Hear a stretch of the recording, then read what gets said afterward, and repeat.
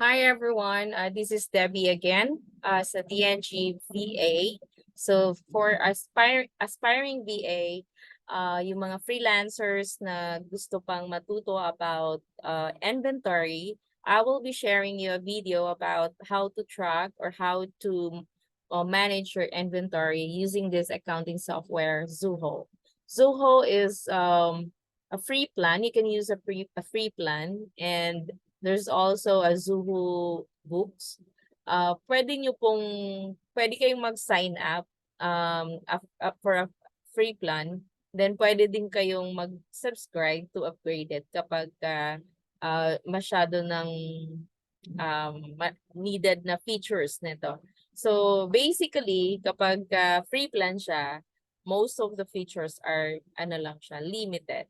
But for small businesses, it's really worth it to try.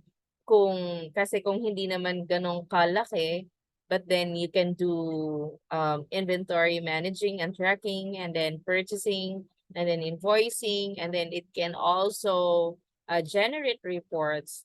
Ang plus na lang siguro kapag in-upgrade is to integrate it to your sales channels or yung mga e-com stores mo.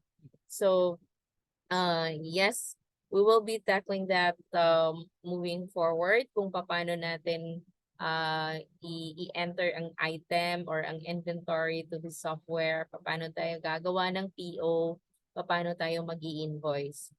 Alright, so I will be sharing my screen now.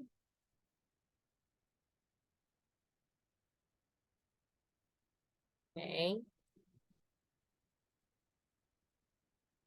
All right. So Suhu inventory, it's similar to, but not the same, to QuickBooks. Similar siya kasi, ang QuickBooks kasi, it's an accounting software where you can input all your inventories as well.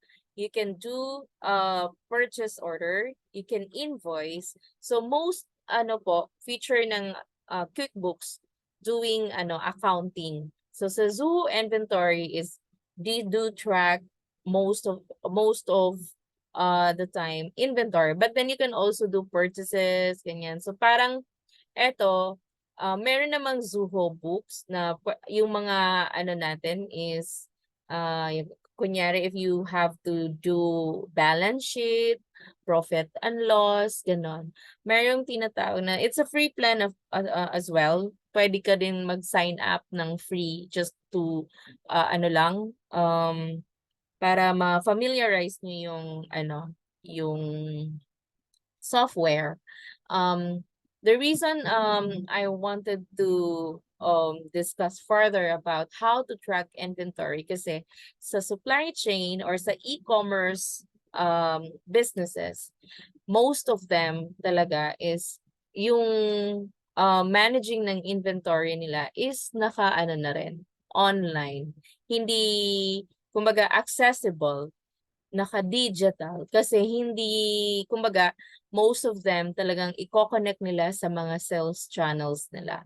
So, para mas easier to do shipping and to do fulfillment. So, yun yung pinaka-important. And also, kasi para ma-alert ka, you know how to manage an inventory kahit hindi mo actually physical nakakount ang mga items. So, yeah, so a free plan, you can do it. But then, of course, you can upgrade kung mas gusto mo mas marami pang features na ma-acquire with this software. So, yung bumabagyo, sorry. So, so I'd like to introduce it to you, the software, and how to import and export inventory in Zoho. So, yung mismong natin sa software na to is how you enter and how to out inventory from the software. And also kung paano ba siya i-import manually and how to do it naman kapag gagamit ka ng CSV file or your CSV template nila. So, ang CSV, meron talaga siyang template na sinusunod na kailangan mo siyang may mga points doon na kailangan mo talagang i-fill out. So kapag manually naman at masyadong madami yung inventory mo, hassle masyado kapag manual ka yung nag-i-enter. So it's sometimes it's easier to copy and paste the item kung meron ka namang isang working sheet na, and then you just copy all the details from there and then i-enter mo lang sa CSV file na binigay ng Suho. You can, upload it to the portal, to the software, and then when you export a report, you can do it as well from the Zoho inventory. So, yun yung kaya ko siya natakang ngayon kasi I'll be doing a purchase order for our client or for our manufacturer na gagawa sa amin ng t-shirt. Why do we need a purchase order? Bakit ba kailangan sa every transaction merong PO? Because sometimes ang transaction, there's always an agreement. So kapag hindi yun naka-in written agreement, kapag order ka ng order, nag-verbal, although meron kaming communication tool na ginagamit with the manufacturer like WeChat, of course, it's very hassle to backtrack all the messages, all the files na nandun. So mas mabuti na if you have the purchase order na you send it to the client, meron ding aside from the acknowledgement of the agreements of the terms and conditions. Very important po ang terms and conditions sa PO. Why? Because may mga either or the buyer or the seller has changed mind. So hindi pwedeng nag-change mind ka na lang basta. Pero kailangan meron kayong napagkasunduan bago ka nag-release ng purchase order. So when you receive a purchase order or when the manufacturer send you a quotation or a pro forma invoice, you can now then file a PO. You can submit a PO. So nandun lahat sa PO kung ano yung napagkasunduan yung lead time, ano yung mga unit prices na napagkasunduan nyo, anong Incoterm ang napagkasunduan nyo, because it starts from there. Everything starts from that agreement, from that PO.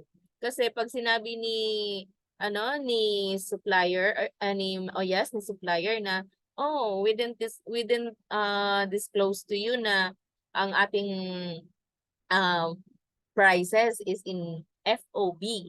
So yung mga Incoterm na yon na free on board or ex-works pa siya, meaning kasi kapag FOB, the seller will handle the export of the goods.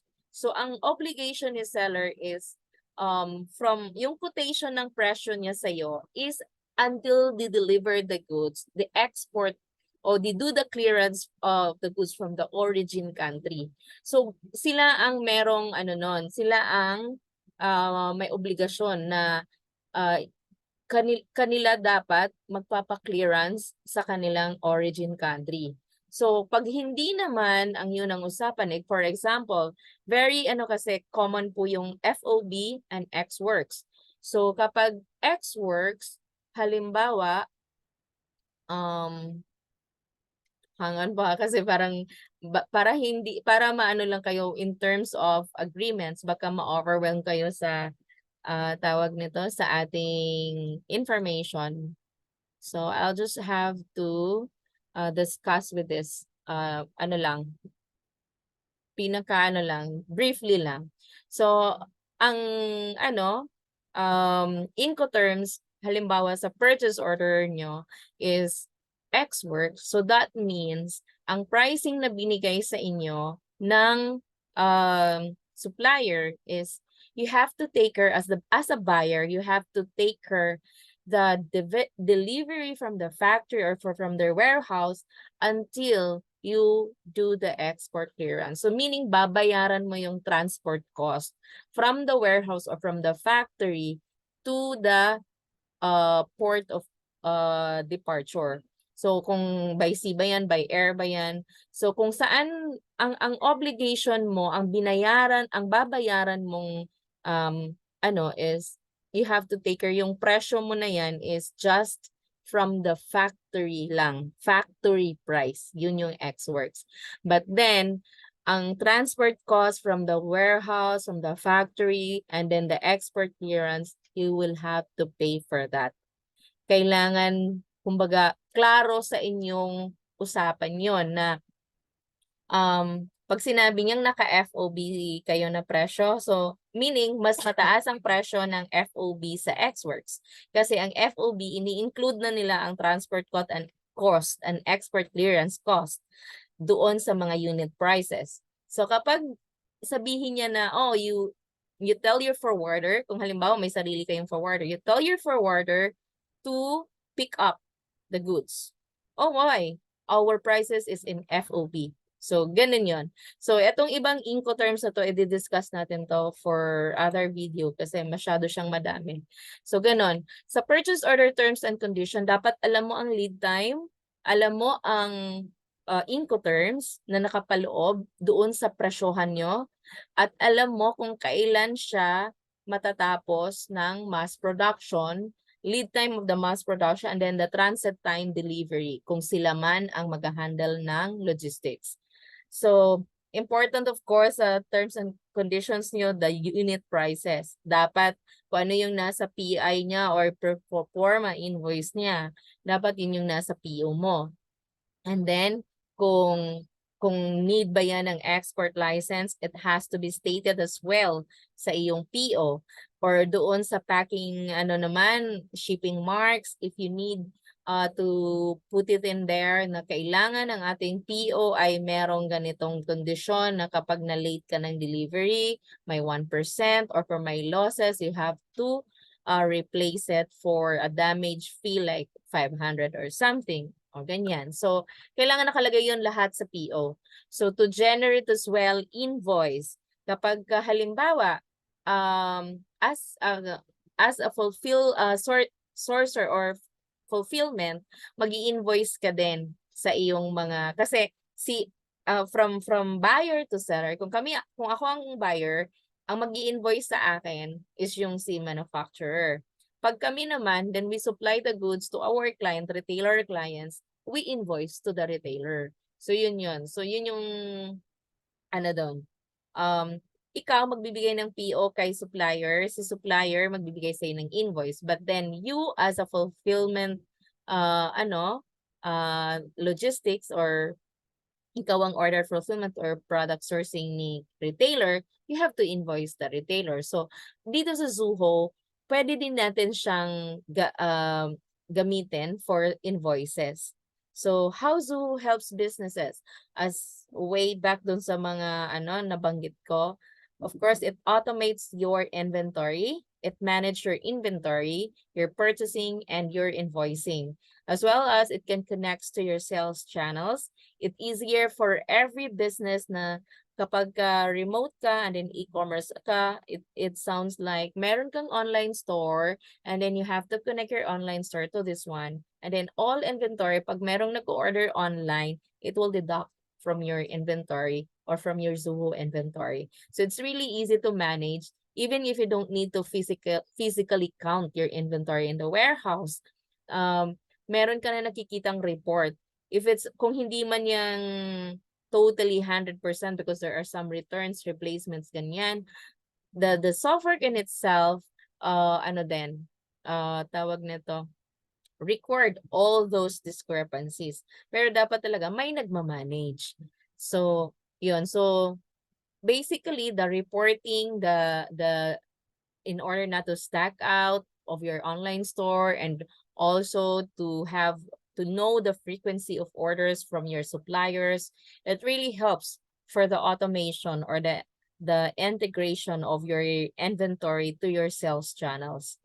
All right, so very basic pa lang tong yung ating matatackle, but then of course, if you explore with the software, mas marami pa kayong maiintindihan kung ano yung kanyang tawag nito, use full for the businesses. So eto, I'll share the software. So okay, so ibabalik ko siya from I'll log on. Hang on. Para makita nyo lang yung pinaka-ano niya. This one. So pagka ano pala kayo, marami na kayong mga apps or mga tools na ginagamit, you can bookmark it. Para i-bookmark mo lang siya dito sa ibabaw ng ano nyo. Yan, makikita nyo na siya. So yan, nakapag ano na ako. Ito yung pinaka-menus niya, home, inventory, sales, purchases, integrations. So may reports din siya. So we'll go here sa inventory. You can do check kung ano yung meron kang inventory. So this is actually a new ano lang na implement namin kasi I wanted to try kung pwede ba namin siyang ano kasi ang hirap mag-backtrack ng mga orders sa Alibaba. So even if you do have the Alibaba platform and then there's all the orders there, kailangan mo ring i-track kasi minsan ng mga supplier, ang ginagawa nila is ima-match-match lang nila yung price. That's not actually the item you ordered. So kapag gagawa ka ng PO, ang nabanggit ko na kanina, the important of the PO is your agreement of the order transaction. So yan. So halimbawa kapag mag-ano ka ng inventory, you look up to your inventory here. So ito yung lalabas na details. Ano yung SKU, anong unit of measurement, tapos ano ba siya, inventory asset ba siya, and then also the image of the product. And then you have to put some price, kung ano yung cost price niya, ano yung selling price niyo. So, for example, you want to enter a new inventory. So, ito yung active inventory namin. If you want to input a new inventory, you have to click this plus sign new. Ayan. So, lalabas lang yan siya dyan. And then, you have to, ano ba siya? Anong type of inventory ba siya? It's goods o service. So, tayo ay physical goods ito. So, we have to put the goods. So, ang example lang, ang item mo is t-shirt. I just want to show you kung paano siya mag-input. Okay? So, t-shirt, t-shirt, embroidered, example lang, embroidered, white. So, sa like for Amazon, sa product listing natin, merong tinatawag na parent and child. So, parent is kung ano yung pinaka-mother description niya. Ang child is kung ano yung mga variations niya. Like for example, it's a t-shirt, embroidered t-shirt, or white. So there are also variations in colors, like ibang colors siya, not just white, yellow, orange, ganyan. Yun yung mga variations niya. There are also variations in terms of sizes, like small, large, XL, ganyan. So, yan yung mga child variations ng isang SKU. So, SKU, for example, this is GB001. So, depende po yung SKU kung ano yung gusto ni client na magiging SKU ng kanya. It depends also if kung ito ay merchant SKU or retailers or SKU. So, kami is like for us is a merchant. Yan ang SKU namin, internal SKU namin. So, the selling retailers SKU is also different from us. So, this is just for our internal tracking. So, ito din dapat ang lalabas sa PO mo na SKU para alam mo kapag tinatrack mo, minamatch mo yung inventory mo to the PO, magmamatch sila. So, this is, of course, this is t-shirt. So, hindi siya in this kind of unit measurement. So, we'd like to put it pieces. So, kung ang dimensions, kung ano ang dimension ng isang item. So, every item has dimensions. Meron siyang tinatawag na length times width times height. So, for example, kung halimbawa, lipstick man siya, tapos nakalagay siya sa box. So, there's always a dimension on that. Sa t-shirt, kapag nakalagay siya sa pack plastic, there's always a dimension, the length times width and height. So, yan. So, manufacturer kung kanino binili. So, halimbawa, yan yung ano mo. Tapos, UPC barcode. If this is a, barcoded na naka-GI GTIN or na naka-UPC or IAN codes. Depende po sa retailer or sa client nyo kung ano na pagkasunduan or sa iyong client mismo kung ano yung mga item UPC niya. So yung mga barcodes na for scan purposes ng item. So ano yung presyo, halimbawa, ang selling price ng t-shirt na to is $20. And then saan ba siya ma-account? So this is now for accounting side. So medyo eto since malalaman mo naman kung may basic accounting ka or pwede naman ituturo din na ng accounting ng sa kung merong accountant yung client mo. Pero this is for sales kasi usually 'di ba lahat ng ating mga inventory halos is for sales. So yan. Kapag halimbawa, ang ini-enter mo naman is service. So kung service, shipping yan. So ilalagay mo dyan, shipping. So ano ang ilalagay mo rin dito sa account? Shipping charge. O ganyan. So this is for the item cost or the purchase cost of the item ng t-shirt.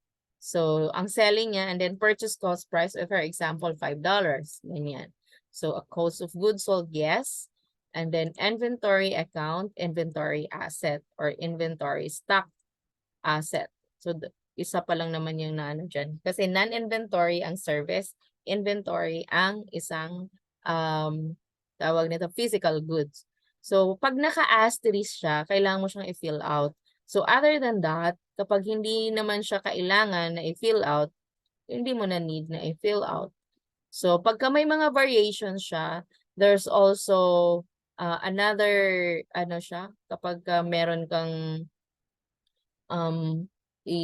idadagdag dito sa item groups kapag meron siyang mga variations.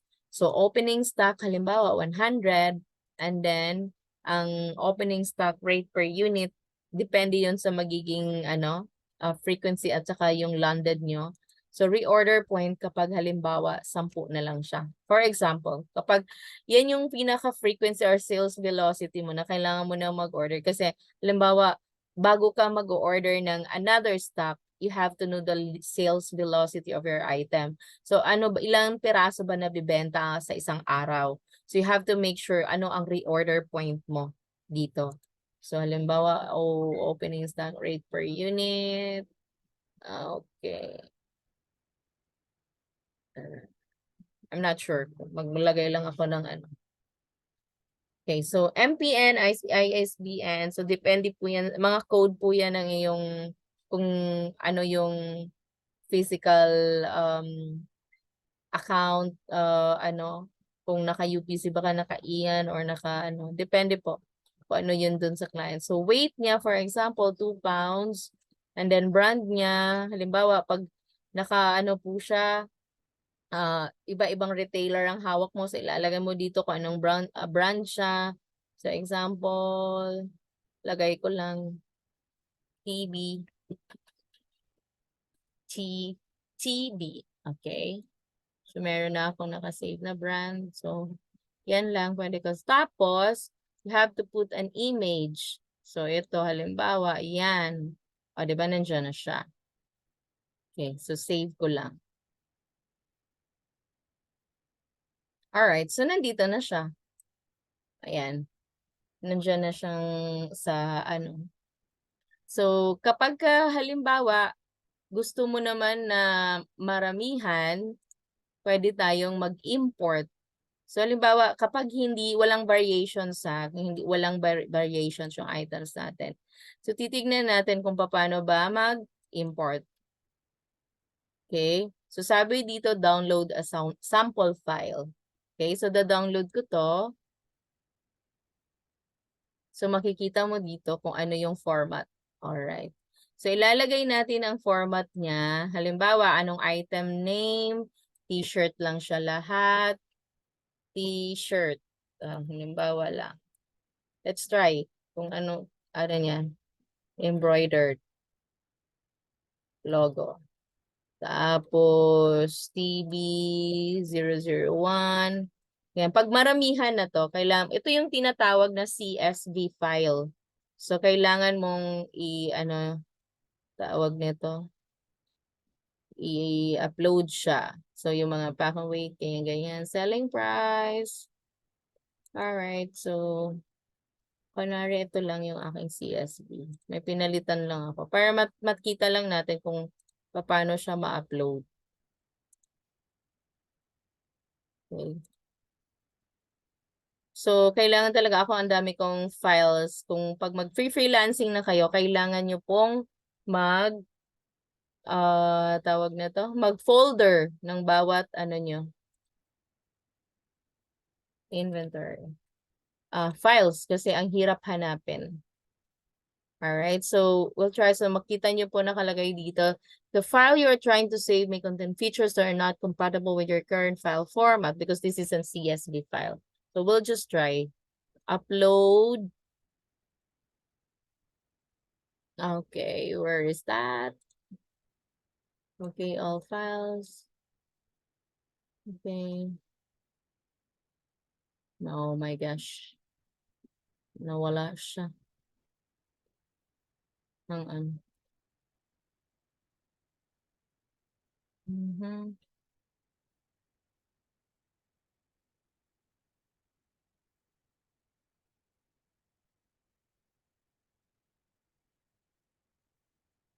Hindi siya dito.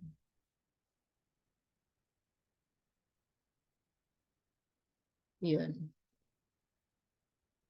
Alright. So, try lang natin siya. Duplicate handling. So, ayan o, CSV file format. Overwrite. So, kapag meron na siyang existing sa Zoho, kapag gusto mong i-overwrite kung ano yung existing file, you just put overwrite or click this button. Kapag ayaw mo naman, you want the same details there, pwede mong skip yan. Okay. So just try to put it next. And then item name. Okay, item name.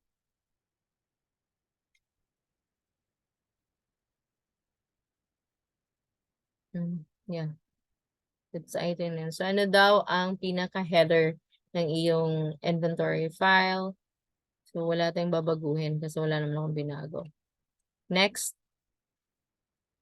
The none of the rows can be imported. So meaning, itong file na ginawa ko dito, hindi siya importable.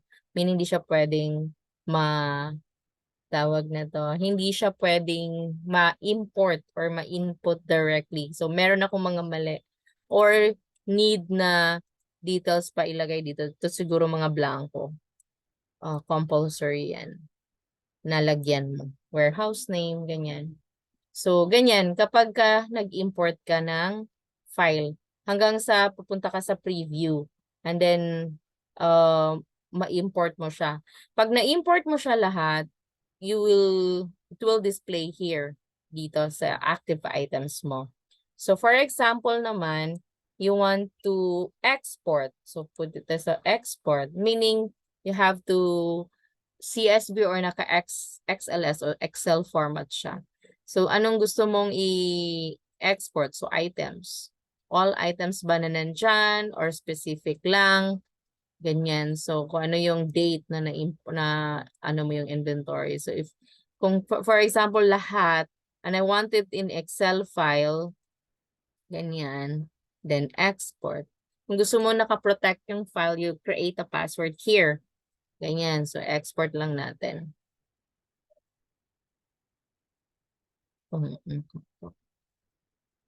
Kaya naglalagay na ako ng mukha kasi parang naaasiwa din ako. Ayan, di ba?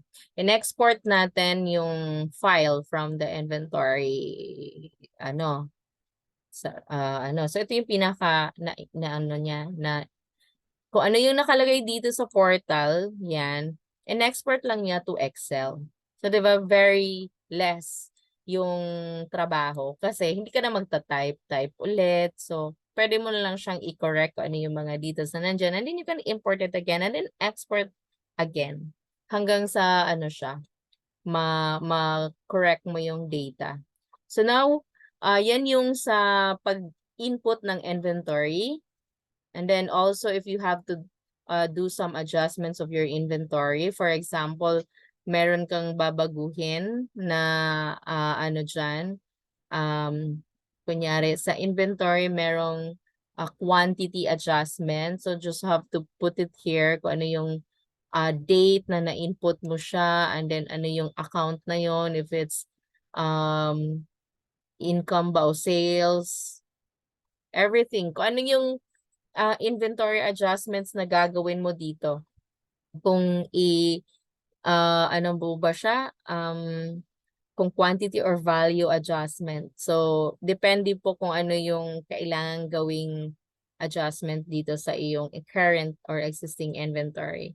So, sa sales, malalaman mo din dito kung ano yung sino yung mga customers mo, pwede mong i-input din dito sa Zuho inventory. So, this is important kasi halimbawa kapag gagawa ka ng invoice, alam mo kung sino na, hindi ka na mag-i-input every time you create an invoice, nandun na sila sa iyong accounting or dito sa inventory software. Kung halimbawa mag-i-invoice ka kay ganitong retailer, so input mo na yung details nila dito. So kung business ba siya or individual ba siya, and then just save kung every after mong ma-fill out yung mga details na yan. Yan. So, packages, ito naman, sales order, yan. Ito yung pinaka-flow. So, create customer. So, bibigyan, di ba? Ang galing ng software kasi bibigyan ka ng idea on how to create your, or manage your sales order. So, create customer request, accepted estimate, create sales order, convert to open, and then yun yung pinaka niya. Kung confirm sales order, you have to check your inventory if it's low stack or on order on in production ba siya. And then after the kung nabuo na at for receive goods, and then you can convert it to sales order and then to invoice and then get paid. So yan yung pinaka-flow niya. So may idea tayo kung paano natin siya So dito matatrack din kung ano yung mga packages na hindi na ship, na ano yung mga na-ship na, ano yung mga delivered. So this is, as I have said, itong software na to is very new to us. Hindi pa siya namin ginamit kasi nga, for this client, iba yung walang inventory system. So doon sa isa kong meron kaming ginagamit na QuickBooks, meron ginagamit na Deer. So eto talagang client ko na to wala. So I introduced her ditong Zuho kasi walang babayaran monthly. Walang Sabi niya, okay, Debbie, you can go and then you manage it. So, ganun lang yun. Nag-introduce ka syempre, ikaw mag-manage. Yan. So, shipments also, kapag ano yung mga lumabas, mga inbound and outbound, makikita din dito sa yung mga ship, in transit, offer delivery, ganyan. So, it's, lalo na kapag naka-integrate siya sa sales channel mo, it will also, tawag na to, matatrack natin dito. So, invoices, kapag gagawa ka ngayon ng invoices. So, halimbawa, example, set all your transactions. Okay. Okay. So, yan. So, gagawa tayo ng, wala pa kasi ako na-input ng customer. So, I'll have to import, like for example, business, Mr. Sabihin natin, TV, company, TV, o ganyan. Tapos, email, for example. So, save mo lang. Kung anong work phone and email pwede mong nilagay dyan. So, example lang, i-invoice ko siya. And then, order number, SO. Depende po yun kung ano yung mga reference number na gusto ng So, salesperson. Maglagay tayo ng salesperson. Kunyari, Debbie. Okay. So, email ko. Alright. So, Debbie. Lagay ko lang yun. Type items. So, halimbawa, itong t-shirt. Ayan. Kunwari lang ito. Just for this video purposes. So, thank you for your business. So, my shipping charge For example, $10 sa isang item na to. Ayan. So, terms and conditions. So, dapat sa every invoice mo, doon sa retailer, ano yung terms and conditions? So, delivery, lead time, example, o kunyari, 1 to 2 day shipping. Yan. So, example lang po yan. So, kung kunyari, pwede mo naman siyang, kung ito ay direkta sa portal, sa sales channel mo, if you can check her kung get paid ka na ba o hindi. So, I have received payment. Yan. Depende yan. So, pwede mo din siyang i-email yung invoice na to doon mismo sa client or sa iyong customer. So, save as draft. Sinave ko siya as draft. So, ngayon, ito na yung lalabas na pinaka-invoice. Diba? Very, very, very less hassle. Kasi, yan, in-input mo lang yung details, naglagay na siya ng kanyang detalye dito. So, very, ano siya, tawag nito, mas presentable siya at ano din, less effort for you to do it. So, malalaman mo if it's draft or final invoice. So, draft lang siya. And I'll export it as PDF. Download natin siya as PDF. O, diba? Andiyan na siya. O, diba? So, ngayon, punta naman tayo. So, kung makikita nyo dito nakalagay siya kung ano yung mga every details dito sa ating nakalagay siya kung ano yung mga workflow niya. So, hindi ka mawawala kung anong gagawin mo kasi may cycle siya. So, sales returns, yan. So, kung may mga refund ito, ganyan. At yung mga credit notes to supplier, credit notes na halimbawa, for example, merong mga hindi nabuo yung production for that quantity. So, may mga credit amounts yon. So, ito, purchases. Halimbawa, ako gagawa ng invoice. So, meron akong nagawa last time. We'll check. Okay. So, eto naman, halimbawa, meron kang create na PO. So, para siyang, para din siyang sa QuickBooks na, syempre kapag may i-order ka, may babayaran ka. So, it's a bill. So, di ba pag tinignan mo tong inventory, yung Zuho na to, kahit sa inventory, it's something about related to your account. Kasi pwede mo siyang i-connect sa Zuho books mo. So, malalaman mo kung ano ang payable mo, kung ano yung mga kailangan mong bayaran. So, yan. Meron akong ginawang PO the last time. So, meron akong payable. Halimbawa, eto. Meron akong ginawang PO. So, purchase orders. Wala pa akong... Saan ba yun?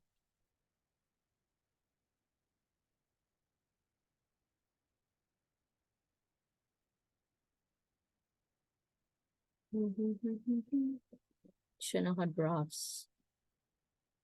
Ito yung credits. Yan yung mga amount na kine-credit from payments, bills. Right. Ginahanap ko yung ginawa kong PO. Let's try. Hindi ito.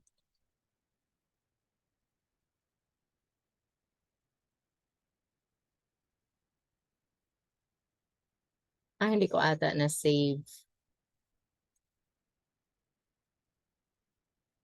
Sige, gagawa na lang tayo ulit ng PO. So, sales vendor, halimbawa lang ha.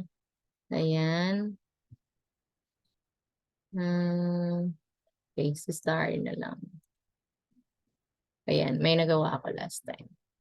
Alright, so, eto siya. Let's check kung saan ko makukuha yung report na yan. Purchase order received. Yes. Let's try.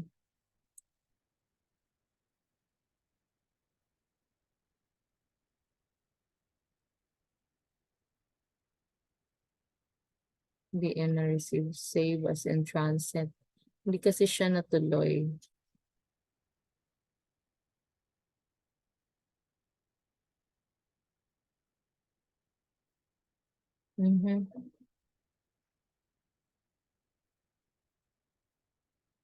Sige, gawa na lang tayo ng bago. Kasi wala siya. Okay. Example. May ako na siya gagawin. Oh, no. Sorry. Discard. Sorry, purchase order pala tayo.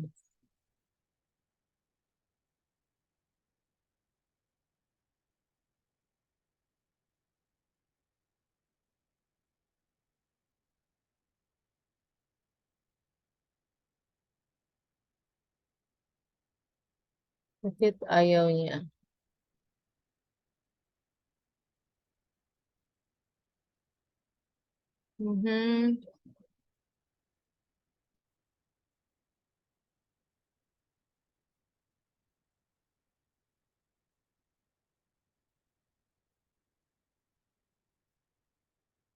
You can select. So, ayaw niyang ano, kapag hindi ko siya i-save.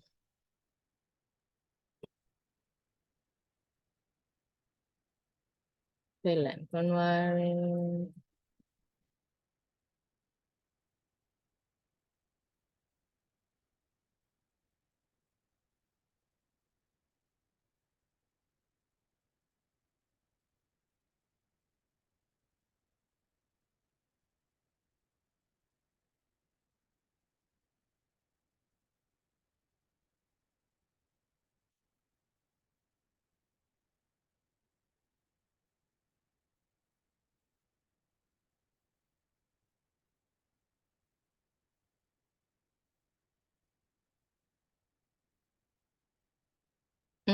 okay. Kaya pala kasi inano ko siya. Okay. So, yan.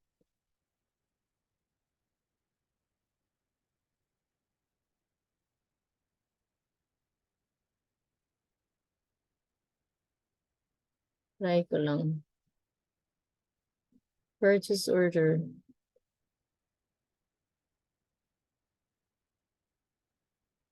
Kung mapansin niyo dito, may order by item. Order fulfillment by an item.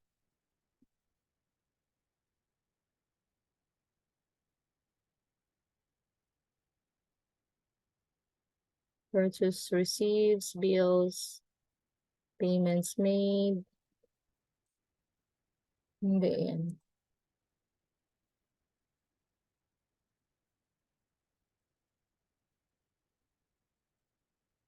Look, ayaw niya.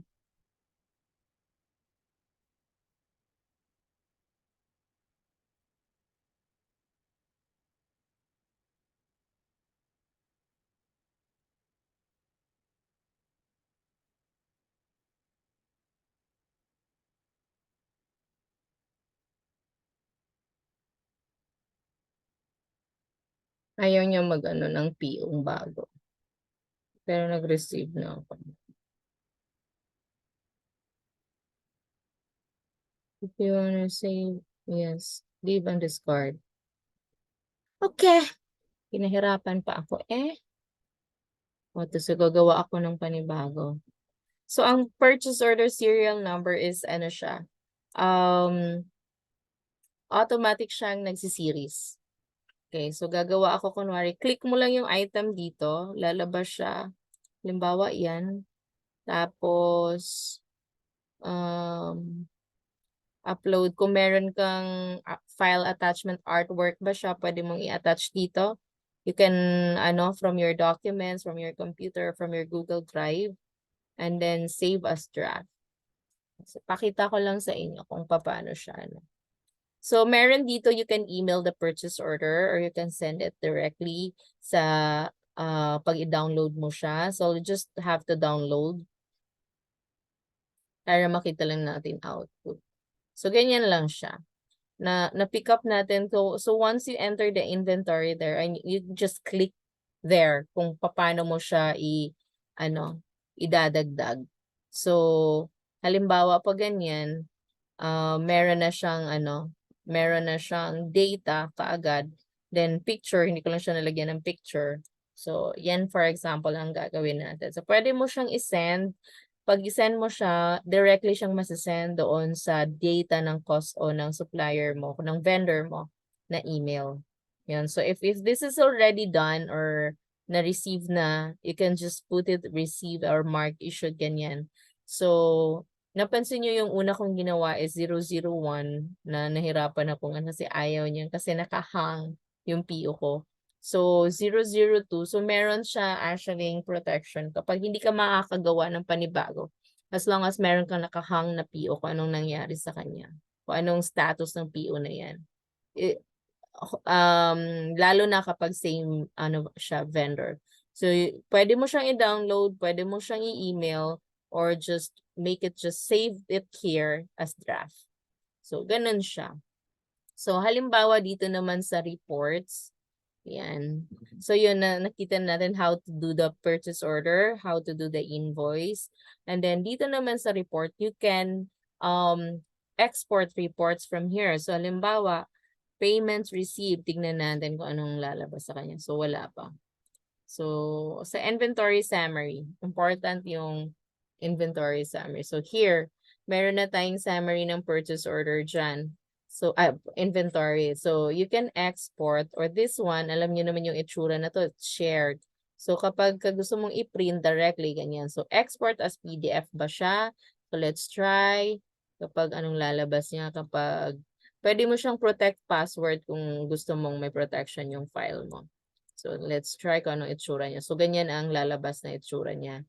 So, kung halimbawa naman, kapag gusto mo naman siyang lalagyan ng kung ma-edit siya, let's try to export as Excel. Ayan. Ayan. So, yan, makikita mo kung ano yung Excel file mo. I-edit mo lang yan kung gusto mong i-edit yung inventory mo. And then you upload it again. Import dun sa inventory section. So, ito yung pag-export ng report. Alright, so meron din ditong product sales report, customer invoice details. So kung meron tayong mga kautangan, yan, sales receivable summary, yan. Kung meron yan. Meaning may singilin, may sisingilin kami sa client na to. So this inventory tracking is also an accounting software where you can monitor your invoices and purchases. So halimbawa kung meron kang mga singilin, so nakalagay dyan na ito may singilin ka kay ganitong retailer. And then also meron kang mga bills na babayaran from your PO na ginawa dito. So yun yung pinaka-helpful ng inventory na software na to. Kaya ako siya pinakita sa inyo dahil mai-encounter nyo kung meron kayong mga a-applyan na inventory maski hindi po yan sa supply chain. Of course, kapag halimbawa sa mga e-commerce, kahit hindi complete supply chain service, meron pong mga naghahanap ng trabaho or nagbibigay ng trabaho na inventory lang ang iyong magiging control. So most of those softwares are not same but similar po siya. Similar halos yung function. Hindi siya hindi nagkakalayo. Kaya kung alam mo lang i-navigate yung alam mo lang siya intindihin kung paano to i-connect sa ganito, paano ka mag-import, mag-export, paano ka gumawa, and you fill out data, and then paano mo siya i-monitor, and then madali lang siya. Kasi sa QuickBooks, ganun din naman. Mag-i-input ka manually, you can import then data directly yung maramihan. Pwede ka na mag-export and then there's also a bill kapag may PO ka na hindi pa nababayaran. There's also invoices na naka-pending invoice siya, hindi pa bayad, na kumbaga ikaw naniningil doon sa iyong customer, yun, mamomonitor mo siya with the software. So, magkakaiba man ang kanilang itsura, ang user interface, pero ang functions niya are almost or most of them are similar. So, hindi nagkakalayo. QuickBooks, Xero, kasi nasubukan ko na ang QuickBooks, nasubukan ko na ang Xero, nasubukan ko na ang Deer, nasubukan ko na itong Zuho, Udo. So, Udo software parang napaka-ano siya, yung mismong user interface niya sobrang ano, etong pinakasimple talaga, etong Zuho. Siguro kasi basic plan tayo. But then, hindi mo naman kailangan ng ano, kapagka small business ka pa lang or si client mo, you can ano, tawag nito, suggest it to the client. Kasi nakikita niyo, they can export inventory file, they can import inventory file, and they can also export sales data. So, dito din may summary, oh. May summary ng kung i-enable mo yung accepting payments online, kung naka-integrate na to sa sales channels mo, why not, diba? So, meron din ditong mga documents, auto-scan, ganyan. So, maano lang siya. Kumbaga, very simple na ano, very simple software, user interface niya is user-friendly siya. So, upload file, pwede pala dito kung meron kang gusto mag-upload ng mga photos. Kanina, di ba, nag-upload ako ng photo ng item, iniisa-isa ko pa siya. Pwede na muna siyang ilagay dito sa documents mo. Yan, upload mo lang siya dyan. So, it will direct from your resource file. Yan, kung gusto mo siyang i-upload, ganyan, nandyan na siya. Nandito na siya sa pinaka-documents mo. So, yan. So, sales channels, ito ay limited yung access dito kasi naka-basic plan. But then, pwede mo siyang i-integrate to your sales channel para yung, ano mo, tawag nito, inventory tracking is more accurate. Kasi kailangan, naka-ano din siya, naka-integrate siya sa iyong selling channel. Para kung meron may bumili, malalaman mo kasi sa Shopify, itatakal natin yun. Sa Shopify, malalaman mo doon, merong mga ang tawag nun yung mga naka-leave on cart na hindi na nila tinutuloy, ganyan. So, kailangan naka-connect yung inventory mo kasi once na mga naka-ano siya, naka-save lang siya doon sa mga abandoned carts, ang tawag nila, maka-count siya sa inventory so hindi mo alam, akala mo nabenta, nandun lang pala. So, yun ganun. So, low stock, so malalaman mo ilang items to be shipped, to be packed. So, this is more about an inventory. Kalakip lang niya ang sales because it's related to inventory, pulling of inventory kasi binebenta mo and then in entering of then ibebenta mo. So it's really related to sales. Kaya meron siyang integration with your sales channel. All right. So, yun lang po. Any questions about this video, the Zuho inventory, you can email email mo nyo ako or sa ating messenger. You can also comment this sa Facebook, sa YouTube. So, anytime na meron pa kayong mga clarifications about it, kung paano ba i-integrate or i-navigate itong portal na to, I will be always willing to help you. So, thank you everyone and please, kung gusto niyo pa ng more videos about masubscribe niyo yung aking YouTube channel, yung DNG Logistics and Fulfillment, and also my FB page, DNG and Twins, para patuloy ko po kayong ma-alert doon sa mga incoming or upcoming videos ko. Thank you so much!